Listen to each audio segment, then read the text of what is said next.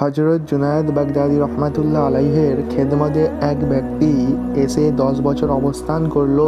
10 বছর পর সে বলল, হুজুর, এতকাল থেকে আপনার খেদমতে আছি, কিন্তু আপনার কোনো কেরামত দেখলাম না।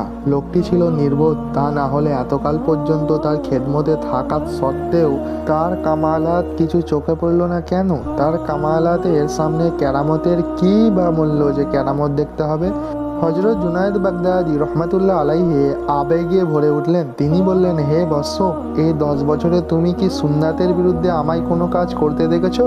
লোকটি বলল, হুজুর, সুন্নাতের বিরুদ্ধে কোনো কাজ তো আজ পর্যন্ত আমি আপনাকে করতে দেখিনি। জুনায়েদ বাগদাদি রহমাতুল্লাহ আলাইহে বললেন, তবে এর চেয়ে বড় কেরামত কি দেখতে চাও? 10 বছর সুন্নত বিরোধী কোনো কাজ না হওয়াতেই তো বড় কেরামত। একথা শুনে লোকটির চোখ খুলে গেল। সে আর কখনো জুনায়েদ বাগদাদির কেরামত দেখতে চায়নি।